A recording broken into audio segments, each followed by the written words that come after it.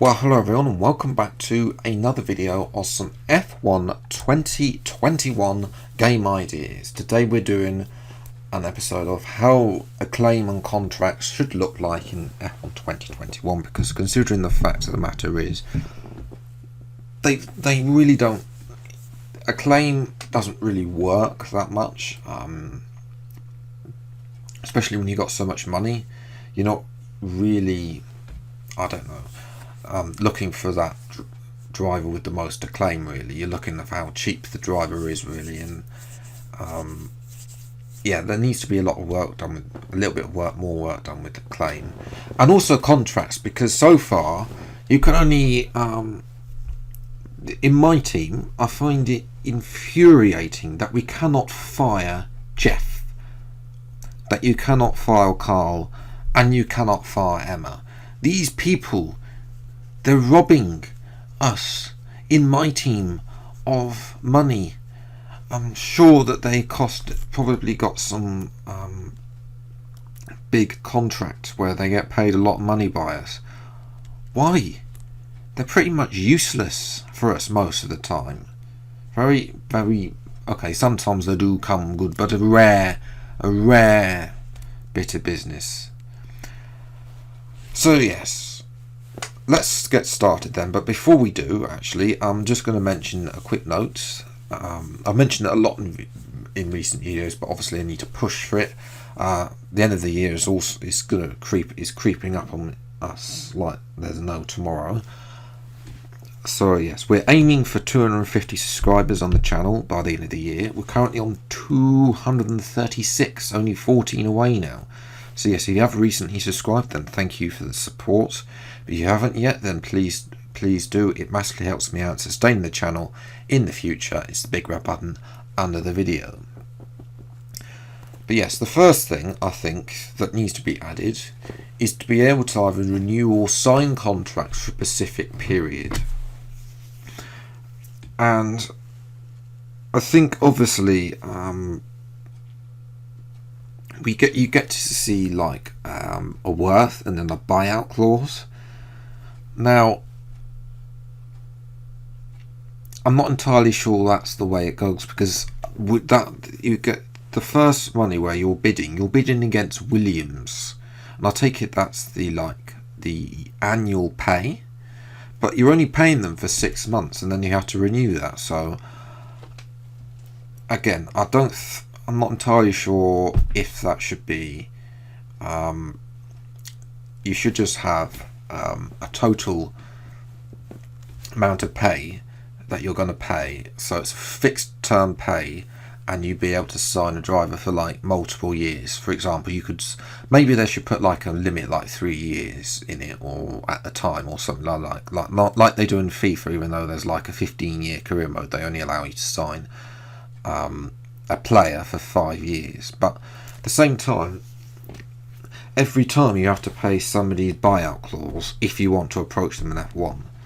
And I'm starting to think that this isn't the right place to go. You've got, yes, I'm sure that you've got like the Daniel Ricciardo situation where he's driving for Renault, and we don't know what contract Ricciardo has. For example, he could have, I think what's happened is that his contract was up for renewal, and he's able to walk like a free agent does in FIFA for nothing. So the new team, McLaren, doesn't pay Renault anything to buy out Ricciardo's contract. But then you've got the likes of, this could also work the other way. If you want to get rid of a driver, then you've also got to pay out the buyout clause to terminate the contract. So again, there needs to be a lot more work with release clauses. Make it more FIFA-like, I think, is the way I would go with it. You are potentially the manager. I know this is more specifically to my team, but you are the manager of the team. Potentially you are the driver owner. It's up to you to manage those contracts, and I think that making it like FIFA with manager mode would actually be quite nice to see, with a payout clause, and you pay them for maybe not a weekly contract, but maybe like pay them like they announce in real life that somebody's getting paid $35 million over 3 years. That's so basically you just pay them. You can either choose to pay in installments or pay up front, because that's another thing as well. I'm also going to say that as well with contracts, that when you should, when it comes up for renewal at the end of the season, you should be able to negotiate the contract after you received your prize money from everybody else. That way you've got the most amount of money and you can see clearly. That's a no-brainer, really. That should definitely be. I'm hoping that they're going to fix that for actually F1 2020, that they should actually fix that. But judging the fact that they promised us the performance patch by the first half of October and it's now the second half of October, I doubt that's going to happen in this year's game. But it definitely needs to happen for next year's game, because the order that it's done with is very unrealistic and it's very annoying when you have to try and save up money instead of trying to think about, okay, I've got this much money to spend for the rest of the year. I haven't got to think about contracts for next year or anything for next year just yet. We can do that. We obviously don't want to go spend all the money. You want to leave a little bit as well, which I'll come on in a moment why you need a little bit, but at the same time you can just focus on upgrading the departments and the facilities and the R&D, which I touched on about having more bits of the HQ to upgrade and more R&D. Just focus on getting that year done, and then as soon as the season is done, then you can look to next year. That's at least something that needs to be done. But yes, but going back to renewing and signing the contracts for specific periods, I should also be able to, if you're in a driver career mode, you should be able to negotiate a release clause, and you should be able to, if you've got enough money, then you should be able to activate that release clause. And also, there is something that is a little bit weird in driver career mode. If you've not played driver career mode, you know there's that let's say that's like $5 million that you negotiate with that team. That $5 million or whatever, how much that they pay that you negotiate with, you don't actually see a single penny. All you see is the amount of money that you get over your contract worth. Whereas, for example, I think my driver is now worth like $11 million. I only got $250,000. Where's the other $10.75 million going? I mean, is it going to pay all the HR staff? But surely, I mean, for the fact of the matter is, for Emma, if we're paying Jeff as well's wages, although that should really be the team, and other stuff, where's the money going, Codemasters? I think that yes, although you want to see that money, and obviously with the driver's side they could have a little bit more stuff that you can spend on. I don't know, maybe with buying customization or something like that. I'm not entirely sure. Maybe I've seen potentially like having like a Forza Horizon house or something that your driver lives in, and you buy a new house or something like that. I don't know what you spend the extra money on, but the fact of the matter is, obviously if you've got more staff working for you in driver career mode, then you can obviously use that money to pay for them as well. Speaking for staff, in no apparent reason or anywhere in the game is there managed the contracts for the staff, for the pit crew, your HR department, you're paying the money for your agent if you're in driver career mode, paying for the engineers, paying for Jeff, paying for Carl. Again, you should also be able to have the option to fire them But there is no way where we get to negotiate their contracts. All they need to do is to get 3 different voiceover artists to do the same thing, and they could probably borrow that, considering the fact that they've already had a couple.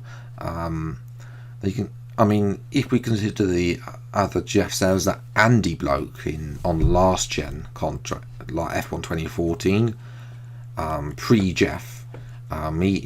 He actually made. He's the only speaking of like cutscenes and stuff, he's the only engineer we've ever seen in an F1 game. I mean, all we get to see of Jeff now is a little face when he sends us an email. That's all we know. We've never actually seen the man in the flesh at all, in any F1 game. And then we had that Ross. Was it Ross? It was this bloke from Newcastle they had in F1 2010 as well. So they've already got people there. They just need to get a few different voices. Maybe have a female engineer or something like that to change it up a bit. I don't know. Again, there needs to be that variety where you get to fire your staff and change them up for somebody else as well, and then also be able to manage the contracts and manage the pay, because obviously in later career so far you're gaining so much money, it's absolutely ridiculous, from the sponsors and the prize money and everything. So having that more money to spend on managing the staff, like the pit crew, maybe upgrading the pit crew, and stuff like that. Obviously if there was an expansion HQ, you've got to pay for the HQ and the upkeep of the HQ, the maintenance of the HQ, etc, etc, etc. You get the idea. The third one I'm going to go on is contract bonuses as well. Again, this can come into either Drive My Team or Driver Career Mode.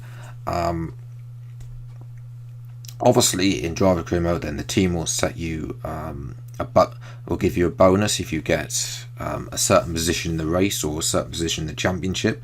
They used to have a little indicator that would show you where you wanted to finish, and obviously Emma in F1 2016-17, I think 18, was it 18? I can't remember, but in 16 and 17 definitely she would leave you a voicemail where she wanted to finish, and which obviously a voicemail is more than what we get nowadays from Emma, because in fact she just sends us an email, pops up on the bottom of the screen every now and again. But yes, nevertheless, having a bonus for getting that position, and also bonuses for your second driver in my team for getting a certain position. We already get bonuses anyway from the sponsors, so why don't we pay out for the staff and so on, like the HR, the pit crew, the engineer, etc. If we get a certain position in the championship, then we pay out this bonus. That needs to be worked out into the contract like it is in Motorsport Manager. Right, I'm going to touch on ACCLAIM now. ACCLAIM, I don't know really what to make of it. It's sort of okay and sort of isn't. Obviously, when you get to level 25, nobody can actually afford you, because the ACCLAIM is based on the money side of it. Which again should be the money side of it, should be able to negotiate, or you should just be able to enter a value and not having to hit this high, medium or low stuff like we have now. But I think ACCLAIM really needs to be based on the form you're in. So obviously the form needs to be based on the performance index, which I touched on in last week's video of how that needs to be reworked. But if you're outperforming a mid car, then your ACCLAIM should be higher. So let's say you have an ACCLAIM out of 100. If you are obviously Lewis Hamilton and you're in for example, let's take my team career mode. Lewis Hamilton is way out in front. He's won pretty much all of the races apart from a couple where Bottas has won. but he's winning the championship by an absolute mile. His acclaim is going to be at 100, because his rating could also have an effect on that. I think what I'm saying is it needs to have like what they've done in FIFA 21, have the like sharpness, where how aware they are to be, how much they are going to be able to work to their actual overall. Considering that, obviously, if you're a younger driver in a lower team but you're still doing much, then that acclaim is going to be higher. So if you're like a Gasly who's outperforming the AlphaTauri, for example, then you would have like an acclaim of 80, maybe not 100, because you're not really constantly winning races, but it would be pretty high. And then if you're like an Albon who's doing absolute terrible, then your claim would be really low, which would obviously knock his confidence, which I presume is what's happened with all the talk of him being replaced at the moment. And obviously his AI should therefore be performing more badly in races. Now obviously the acclaim should then be, he should be able to work around his form, but then it needs to be more form based into the acclaim, and also maybe base it on past results as well in the career mode. Save, for example, experience as well could also factor into a claim. So obviously if you're like a Lewis Hamilton who's a 7-time world champion, then soon to be 7-time world champion, 6-time world champion, but I imagine when this is F1 2021, so we will be a 7-time world champion by the time, unless something bizarre happens. But his acclaim should be 100, and then you've got like Verstappen who's doing well, he's won a couple of races, maybe his claim is at 90 because he's not won as many races as we wanted him to. Maybe Leclerc's his claims is a little bit higher than Verstappen's, considering the fact he's got a couple of podiums in the car that really shouldn't be, is only the 6th fastest on the grid. So, and obviously Gasly as well, outperforming, doing well, maybe an 80 or a 90, but obviously has less of those podiums than Leclerc. So, as I say, Monza was a fluke, so it can't just be like a fluke. One race drives up your acclaim. It has to be based on like 5 or 6 races at least to then sort of see that trend go up or trend go down, like Albon had, because Albon of course had that what seems to be now an outlier podium at Mugello, and the rest of the season he's been on a downward trend. And the final point of note in this video is going to be about contract perks. Now, contract perks in driver career mode are bad, and I mean the fact you have to pay for them is a problem, because so far in the last contract that I had, I couldn't get a higher contract than what I was worth, so I don't actually have enough money to make the extra grade, which I don't necessarily mean is a bad thing, but at the same time I'm not entirely sure contract perks we should be paying for out of the money we get. I think they should be worked into the contract like they were back in F1 2019. I think that was quite nice. Maybe again, this is more of a driver thing, because in my team the contract perks really shouldn't be there in my team, because you are the owner. So they like the HR stuff. I don't get why they've added engine wear as a contract perk. I don't really think that should be a thing you should be working on.